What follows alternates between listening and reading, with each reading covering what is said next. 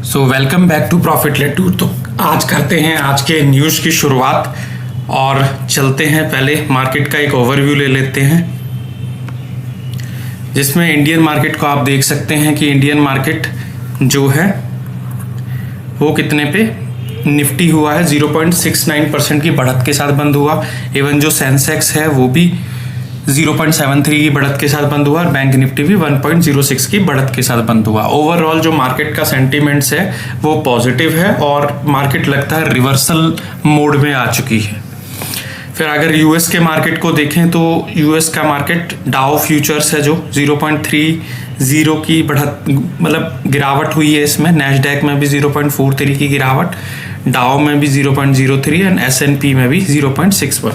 तो देखकर तो ये लगता है कि जो इंडियन मार्केट है वो बेटर परफॉर्म कर रही है कहीं ना कहीं पे।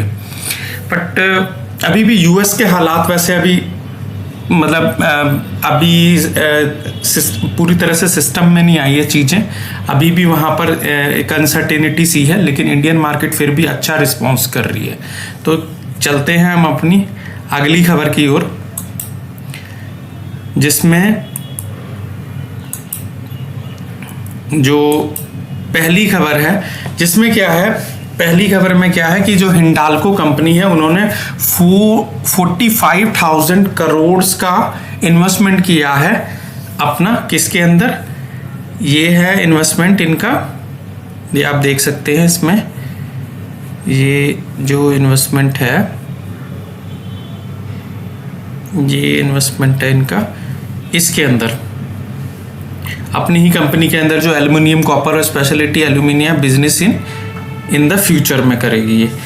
तो 45,000 का करेगी। हिंडाल्को के जो सीईओ हैं वो कह रहे हैं कि हिंडाल्को का एक्सपेंशन अक्रॉस अप स्ट्रीम और डाउन स्ट्रीम सेक्टर्स में एक्सपेंशन करेगी। और जैसे वो ये कह रहे हैं कि जो यूएस की टैरिफ है उसका जो इम्पैक्ट रहा वो न्यूट्रल टू स्लाइटली पॉजिटिव रहा due to its significant business presence in the region, क्योंकि उसकी जिस तरह से वर्ल्ड वाइड एक्सपेंशन है हिंडाल्को का जो नेटवर्क है उससे ज़्यादा कहीं इम्पैक्ट नहीं हुआ हिंडाल्को के अंदर। तो आगे आने वाले समय में इस स्टॉक के अंदर कहीं ना कहीं पे ग्रोथ के चांसेस ज़्यादा हैं। चलते हैं अगली न्यूज़ की ओर, जिसमें है आईटीसी जो होटल्स है हैवी वॉल्यूम के साथ उसका भी जो शेयर है वो काफ़ी रैली कर रहा है। 12% 2 दिन के अंदर न्यू हाइट्स को छू चुका है। जिसमें क्या है कि ये खबर, इसमें ये ध्यान देने वाली बात है कि इसका जो रिसेंटली जो आईटीसी होटल्स है वो आईटीसी लिमिटेड से डीमर्जर हुआ है अभी 29 जनवरी को, ठीक है। और जो आईटीसी होटल्स है वो ना उसका पोर्टफोलियो बहुत डाइवर्सिफाइड है। जैसे ये 6 वाइब्रेंट ब्रांड्स है, जैसे आईटीसी होटल्स है, इसके होटल्स में मेमेंटोज नाम से भी हैं, वेलकम होटल के नाम से भी है, स्टोरी नाम से भी है, फॉर्चून और वेलकम हेरिटेज के नाम से भी है। तो एक डाइवर्सिफाइड पोर्टफोलियो है और कहीं ना कहीं पे इसकी जो प्रेजेंस है पूरे देश में एवरीवेयर जो बड़ी बड़ी टीयर 1 टीयर 2 सिटीज़ हैं उनमें तो है ही है, टीयर 3 सिटीज़ में भी है मतलब इसकी प्रेजेंस। तो आगे इसके ग्रोथ के काफ़ी चांसेस हैं। चलते हैं हम अपने अगली खबर की ओर, जिसमें न्यूवामा जो फाइनेंशियल रिसर्च फर्म्स हैं उन्होंने क्या कहा है कि जो पीवीआर इनॉक्स है उसमें 96% के अपसाइड के चांसेस हैं उसके स्टॉक में। और अभी उसका जो करंट प्राइस चल रहा है वो लगभग 900 चल रहा है, जो जा सकता है। टारगेट प्राइस उन्होंने दिया है 1765 रुपये का, उन्होंने टारगेट प्राइस दिया है। उन्होंने कहा कि जैसे छावा नाम की मूवी आई थी तो उसने बॉक्स ऑफिस पर बड़ा ही मतलब बॉक्स ऑफिस को दोबारा से रिवाइवल कर दिया था, जिंदा कर दिया था। नहीं तो कहीं ना कहीं पे बॉलीवुड तो पूरी तरह से बिल्कुल वेंटिलेटर पे आ गया था, लेकिन जैसे हुआ दोबारा से रिवाइव हुआ और अगले आने वाले समय पे मतलब 96% के चांसेस है कि पीवीआर और इनॉक्स में लोग मूवीज़ देखने जाएंगे और कहीं ना कहीं जो फिल्म इंडस्ट्री का जो रेवेन्यू है वो बढ़ेगा। जैसे इसमें दे रखा है कि जो बॉक्स ऑफिस कलेक्शन है जंप्ड 39% ईयर ऑन ईयर बढ़ा है, जिससे जनवरी टू फरवरी तक ये 2264 करोड़ रुपए की कमाई हुई थी इनकी। और अकॉर्डिंग टू द ब्रोकरेज फरवरी 2025 में जो हाईएस्ट ग्रॉसिंग मंथ रहा आफ्टर कोविड के बाद में हायर इन्होंने रेवेन्यू जनरेट किया for the Bollywood at 1245 crore. लगभग। तो पीवीआर इनॉक्स में भी काफ़ी अपसाइड के चांसेस बता रहे हैं। न्यूवामा 96% अपसाइड के चांसेस हैं। तो चलते हैं हम अब अगली खबर की ओर,